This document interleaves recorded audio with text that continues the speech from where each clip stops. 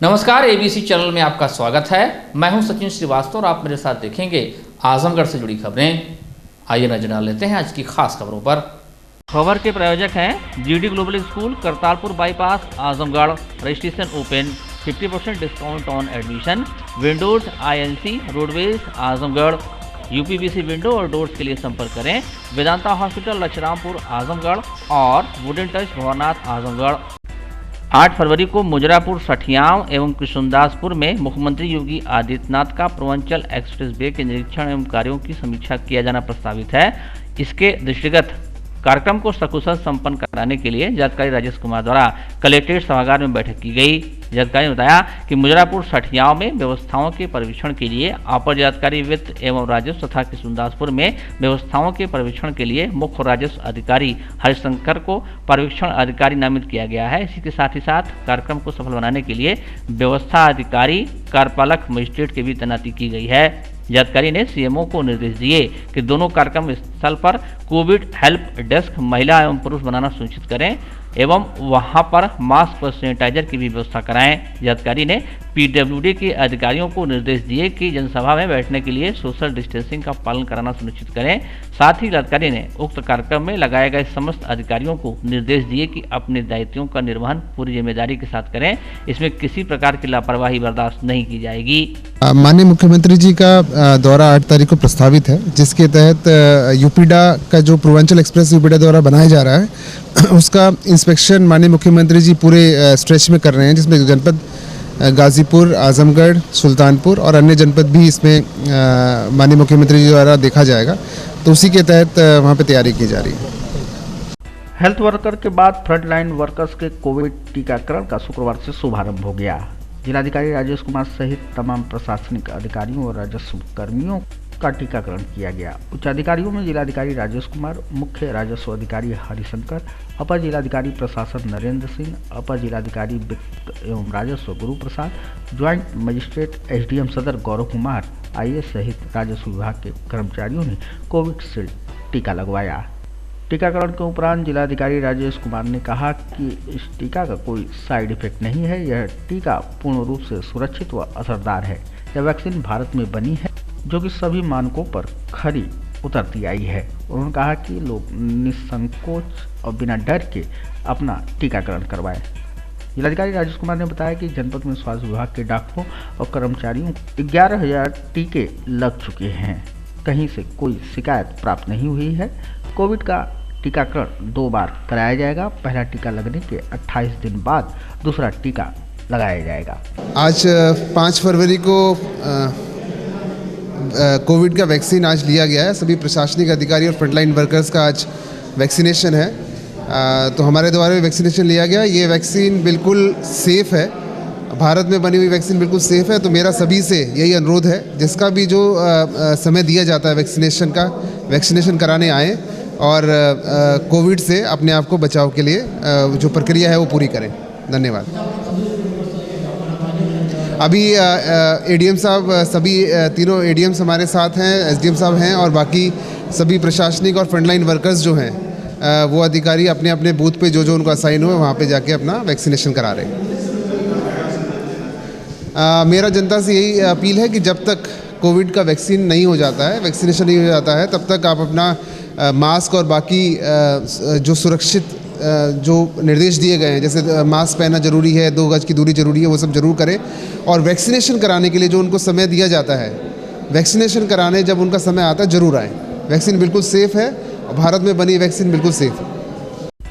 स्वच्छ भारत अभियान को आईना दिखाती है डीएवी कॉलेज क्षेत्र स्थित काशीराम आवास कॉलोनी का दृश्य है, जहां नालियां बजबजा रही हैं, सेप्टी टैंक ओवरफ्लो हो रहे हैं, खड़ंजे नालियां क्षतिग्रस्त हैं, जो आए दिन लोगों को घायल कर रही हैं। घरों में गंदा पानी घुस रहा है। पूरी कॉलोनी में गंदगी का जगह जगह अंबार लगा हुआ है। स्थानीय लोगों का यहाँ रहना, जीना, खाना पीना मुहाल हुआ है। दो तरफ पूरा गजा हुआ है, सब टंकियां फूट गई हैं और सभी लोग के घर में गंदा पानी जा रहा है। समस्या कहती है लोग, कोई सुनता नहीं है एक दूसरे।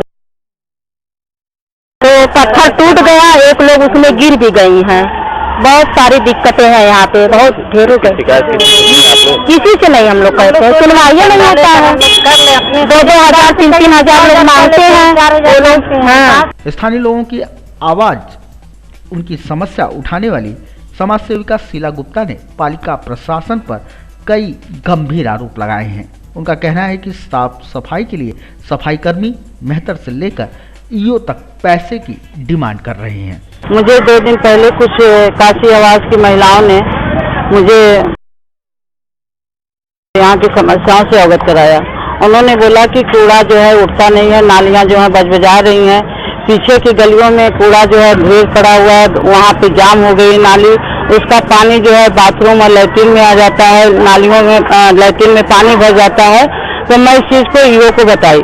ईओ ने कहा कि मैडम केवल आगे सड़कों पे झाड़ू लगेगा और नालियाँ साफ होंगी, लेकिन पीछे की गलियों में सफाई नहीं होगी, इसलिए वहाँ अगर आपको सफाई कराना है तो आपको 2000 रुपया देना होगा, तब आपका वह नाली पीछे कूड़ा उठाएगा। मैंने उस जो महिला गरीब थी, वो पैसा नहीं दे पा रही थी, उसके छोटे छोटे बच्चे थे, मैंने स्वयं अपने जेब से मैंने उस महिला के लिए कि इसका बच्चा मर जाएगा, बाथरूम का पानी गंदा हो रहा है, यहाँ नालियों के अंदर जो है पानी की टोटियां गई हुई है, पाइप गई हुई है, पाइप जो है फूटी हुई है, वो पानी जो है लोग घंटे छोड़ देते हैं अपने बाथरूम में। जब पानी साफ आता है तब लोग पीने के लिए भरते हैं। बताइए, ये नगर पालिका ईओ कहता है कि आप पैसा दे करके कूड़ा उठवाइए। वहाँ का सुपरवाइजर जो है या जो सफाई कर्मी है सेराजू, उसको मैंने अपने हाथ से 1700 रुपया दिया है, तो वो कूड़ा अभी वहाँ से थोड़ा सा हटाया है, तो बाथरूम का पानी बहा और वह जो है कूड़ा अभी तक नहीं उठाया। यही समस्या है कि कूड़ा पीछे कौन उठाएगा। ईओ कहता है मैं नहीं उठाऊंगा, सुपरवाइजर कहता है कि हम नहीं साफ कराएंगे, मेहतर कहता है कि हम नहीं सफाई करेंगे, केवल सड़क की सफाई करेंगे, झाड़ू लगाएंगे और कूड़ा उठाएंगे। पीछे की गलियों में कौन कूड़ा उठाएगा, उसका जिम्मेदार कौन है। वहीं नगर पालिका के अधिशासी अधिकारी डॉक्टर शोभनाथ प्रसाद से जब इस बाबत सवाल पूछा गया तो उन्होंने कहा कि भ्रष्टाचार के शिकायत की जांच होगी, कॉलोनी की साफ सफाई करवाई जाएगी। नहीं, सफाई करवाई तो नित्य सफाई करते हैं, सुबह 6 से 9 करते हैं और शाम को 2 से 5 करते हैं। अभी तो इस तरह से कोई शिकायत प्राप्त नहीं हुई है। शिकायत प्राप्त होकर मैं तुरंत मौके का निरीक्षण करता हूँ और सफाई कर्मचारी भेज करके सफाई कराता हूँ। और जहाँ तक कामसिन आवास में गंदगी की बात है तो मैं स्वयं 3 बजे विजिट करूँगा, यदि गंदगी होगी तो मैं सफाई कराऊंगा। सर, एक महिला है, उनका आरोप है कि वो आपके पास आई थी और आपने किसी सफाई कर्मी को लगाया था, उन्होंने उनसे पैसा भी लिया, लेकिन अभी तक सफाई पूरी नहीं हो पाई। ये जहाँ तक महिला की बात है, पैसा का कह रही किसको दिया गया है, यदि वो महिला हमको बताएंगी किसको दी है, उसकी मैं जांच कराऊंगा। यदि पैसा देना बात सत्य पाई गई तो मैं उस कर्मचारी के विरुद्ध कार्रवाई करूंगा। शुक्रवार को अपर पुलिस अधीक्षक यातायात सुधीर जायसवाल के नेतृत्व में रोडवेज बस स्टेशन पर यह कार्यशाला आयोजित की गई। कार्यशाला को संबोधित करते हुए अपर पुलिस अधीक्षक यातायात ने बसों में रिफ्लेक्टर टेप सही हालत में लगने, ब्रेक, फाग लाइट, टायर की हवा, नशे की हालत में वाहन न चलाए जाने सहित तमाम विषयों के प्रति वाहन चालकों और परिचालकों को जागरूक किया। सभी उपस्थित चालकों, परिचालकों, उपस्थित जनसमूह को यातायात के नियम मानने के लिए उन्होंने शपथ भी दिलवाई। इस अवसर पर ARM roadways Lalit Shrivastava, RTO Azamgarh Santosh Kumar, traffic प्रभारी आजमगढ़ कौशल पाठक उपस्थित रहे। उसके तहत आज रोडवेज के हमारे चालक परिचालक बंधु हैं, उनको कार्यशाला के रूप में ब्रीफ करना, यातायात सुरक्षा उपाय के बारे में पूरा सेंसिटाइज करने के लिए एक यहाँ छोटी सी कार्यशाला की गई हमारे आरटीओ साहब और परिवहन विभाग के द्वारा, और इनको इस बारे में बताया गया कि सड़क दुर्घटनाओं को अवॉइड करने के सुरक्षा उपाय अपनाएं, और इसमें हम लोग अपना बसों को भी चेक कर रहे हैं। देखिए, सभी चालक परिचालक को जागृत किया गया कि वो दुर्घटना को कितना मिनिमाइज कर सकते हैं, उसके लिए क्या प्रिकॉशन लिए जाएं, इसके संबंध में उनको कार्यशाला आयोजित की गई और उनको इस तरीके से ट्रेनिंग दी। आजमगढ़ शहर के अराजी बाग में स्थित एसकेपी इंटर कॉलेज के मैदान में अवैध रूप से दुकानों के निर्माण के मामले में विकास प्राधिकरण की ओर से नोटिस जारी किया गया है। अवैध निर्माण की शिकायत पर डीएम ने एडीए सचिव को जांच के लिए निर्देश दिए थे। जांच के बाद एडीए की ओर से यह कदम उठाया गया। एसकेपी इंटर कॉलेज के मैदान में दुकानों के निर्माण का आरोप लगाते हुए इसकी शिकायत भारतीय किसान संघ ने जिलाधिकारी राजेश कुमार से की थी। आरोप लगाया गया था कि साजिश के तहत धन लाभ के लिए दुकानों का निर्माण कराया जा रहा है। शासनादेश के विरुद्ध हो रहे निर्माण पर उच्च न्यायालय के निर्णय के बाद तत्कालीन संयुक्त शिक्षा निदेशक चंपा मिश्रा ने वर्ष 2000 में अवैध निर्माण पर रोक लगा दी थी। डीएम के निर्देश पर एडीए सचिव वैजनाथ ने मौके पर जाकर जांच की। जांच के दौरान अवैध निर्माण होना पाया गया, जिसे मौके पर रोक दिया गया। गुरुवार को विद्यालय प्रबंधन के खिलाफ नोटिस भी जारी कर दी गई। केपीएन कॉलेज में एक अनधिकृत निर्माण का तथ्य संज्ञान में आया था। इसके क्रम में जो है प्राधिकरण द्वारा निरीक्षण जो है किया जो है वहाँ पर पिलर्स फाउंडेशन का कार्य प्रारंभ जो किया गया था, इसको रुकवा दिया गया है और यूपी अर्बन प्लानिंग एक्ट की संज्ञेय धाराओं के तहत जो है इसमें कार्रवाई कर दी गई है। विद्यालय पर क्या बताया गया, क्या किस तरह का निर्माण कार्य हो रहा है? मैंने बताया जो है कि प्रारंभिक स्तर पर जो है अभी गड्ढे के रूप में निर्माण कार्य है, तो क्या बनेगा क्या नहीं बनेगा ये नहीं पता है, लेकिन निर्माण कार्य प्रारंभ किया गया है। जो कोई संक्शन की स्वीकृति नहीं प्राप्त की गई, इसलिए प्राधिकरण द्वारा जो है मेरे द्वारा उसको रुकवा दिया गया है। किस तरह का एप्लीकेशन मिला था आपको, किस तरह का मामला? मुझे शिकायत मिली थी, न भी मिली हो तो मेरा ये काम आया है। आजमगढ़ में कोरोना महामारी के कारण पिछले 1 वर्ष से बंद राजकीय अनुसूचित बालिका छात्रावास को खोले जाने की मांग को लेकर छात्राओं ने जिलाधिकारी को प्रार्थना पत्र सौंपा। वहीं समाज कल्याण अधिकारी का कहना है कि कोरोना गाइडलाइन के चलते हॉस्टल को बंद रखा गया था। छात्राओं के मांग के अनुरूप इसको जिला मुख्यालय पर मार्गदर्शन के लिए भेजा जा रहा है। जैसा निर्देश होगा उसी के अनुसार कार्रवाई की जाएगी। शुक्रवार को जिलाधिकारी कार्यालय पर दर्जनों की संख्या में छात्राएं पहुंची और एक शिकायती प्रार्थना पत्र सौंपा, जिसमें आजमगढ़ नगर पालिका के सामने स्थित राजकीय अनुसूचित बालिका छात्रावास को खोले जाने की मांग शामिल रही। छात्राओं ने बताया कि हमारा छात्रावास पिछले 1 वर्ष से बंद है, जिससे हम सभी छात्राओं को शिक्षा ग्रहण करने में काफ़ी परेशानी हो रही है। इस छात्रावास में लगभग 50 छात्राएं रहती हैं, जो आजमगढ़ के अलावा बलिया और गोरखपुर की रहने वाली हैं। छात्राओं ने अभी बताया कि जजी के मैदान के पास स्थित अनुसूचित बालक छात्रावास को खोल दिया गया है, जबकि हम छात्राएं छात्रावास न खोले जाने के कारण शिक्षा से वंचित हैं। छात्रा अरुणा कुमारी और नयनतारा ने बताया कि एक तरफ तो प्रधानमंत्री बेटी बचाओ और बेटी पढ़ाओ का नारा दे रहे हैं, वहीं दूसरी तरफ बेटियां अधिकारियों के यहाँ चक्कर काट रही हैं, फिर भी छात्रावास नहीं खोला जा रहा है। छात्राओं ने जिला प्रशासन से जल्द छात्रावास को खोलने की मांग की।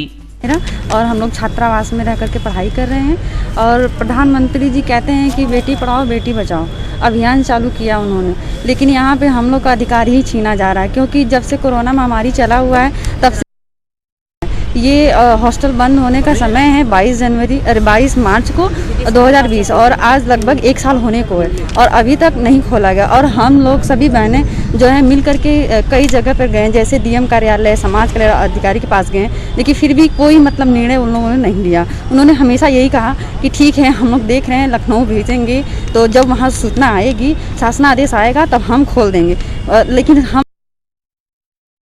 कुछ नहीं हासिल हुआ अभी तक। आज फिर हम लोग उसी की चीज़ के लिए फिर कदम उठाए हैं और जो कि आज हम लोग बस यही सोच रहे हैं कि आगे हम लोग का ये काम मतलब जो हम लोग करने के लिए आए हैं ये पूरा हो, हमारी मांगे जो है पूरा हो कि हॉस्टल खुल जाए इस टाइम।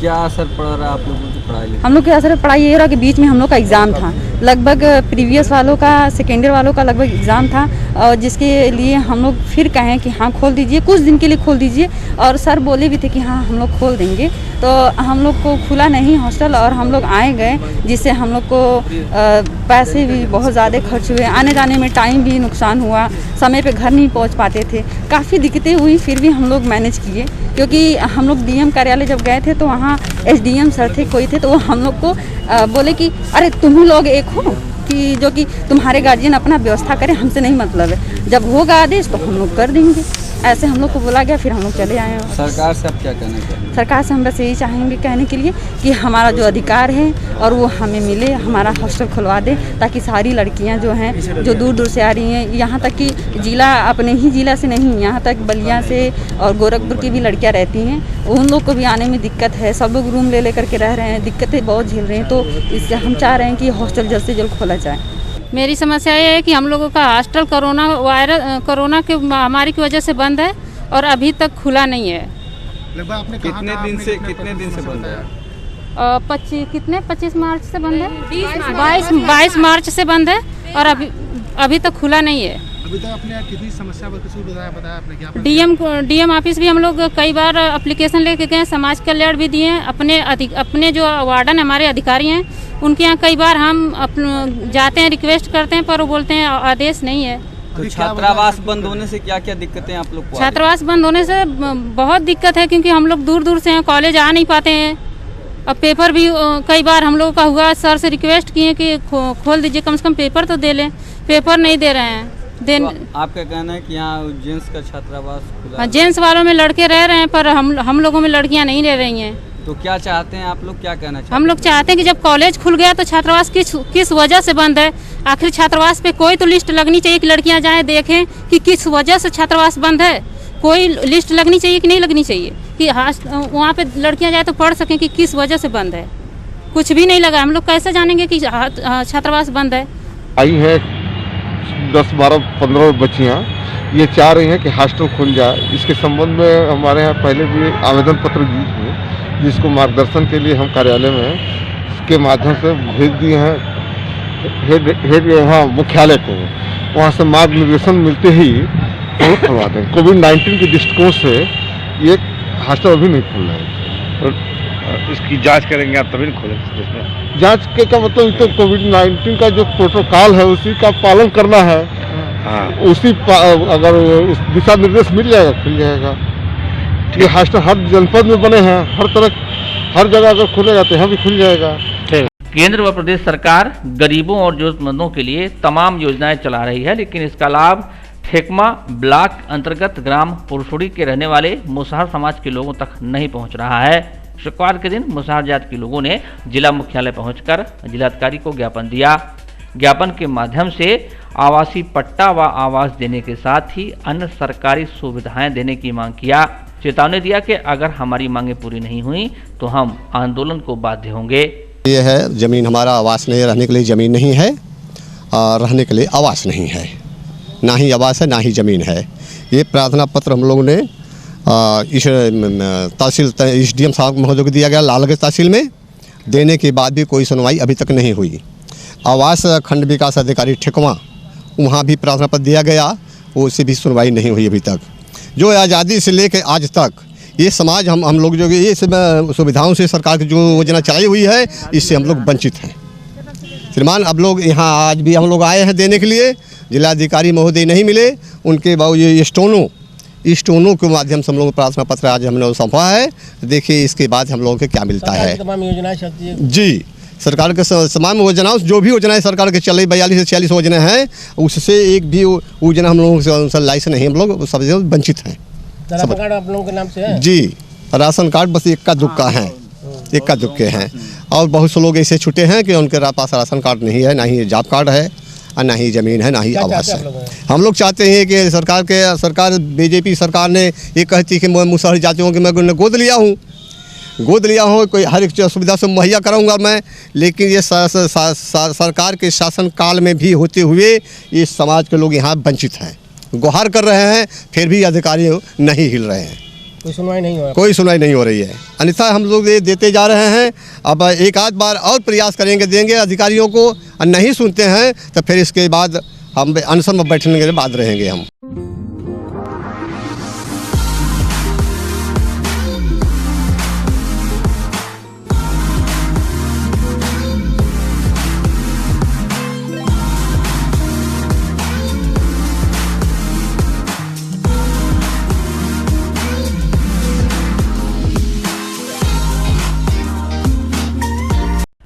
वुडन और एल्युमिनियम हुआ पुराना, यूपीवीसी विंडो और डोर्स का आया जमाना। अपने घर, मकान और ऑफिस में लगवाएं शानदार यूपीवीसी विंडो और डोर्स। दीमक, पेंट, पॉलिश के खर्चों से बचें। High security, sound proof, energy saving, fire resistant, water proof, one time investment. UPVC window और डोर्स अब आपके शहर आजमगढ़ में उपलब्ध। Windows INC besides BJP office, roadways, civil lines, Azamgarh. Wall interior के लिए भी संपर्क करें। 3D wallpaper, 5D wallpaper, designing wallpaper, kitchen, bedroom and drawing room wallpaper. Wooden touch, Bhanwarnath, Azamgarh, a complete hardware store. हमारे यहाँ branded plywood, flush door, designer door, PVC door, formica, fancy hardware, kitchen की chimney एवं modular kitchen की exclusive range उपलब्ध। अपने आशियाने में लगाइए 4 चांद, पहुंचिए वुडन टच, भंवरनाथ, आजमगढ़। हृदय रोगियों को अब इलाज के लिए नहीं जाना होगा महानगर। महानगरों जैसी सभी सुविधाएं अब आपके शहर आजमगढ़ के वेदांता हॉस्पिटल में उपलब्ध। लक्ष्मीरामपुर स्थित वेदांता हॉस्पिटल में एम्स के मशहूर हृदय रोग विशेषज्ञ gold medalist doctor Pankaj Sharma कर रहे हैं मरीजों का सफल इलाज। 2D इको, अस्थायी पेसमेकर व अस्थायी पेसमेकर की सुविधा उपलब्ध। आजमगढ़ के लोगों को angiography, angioplasty, pacemaker, catheter ablation, ये सारी सुविधाएं यहाँ पे उपलब्ध अब हो पाएंगी। एम्बुलेंस और आपातकालीन सुविधा 24 घंटे उपलब्ध।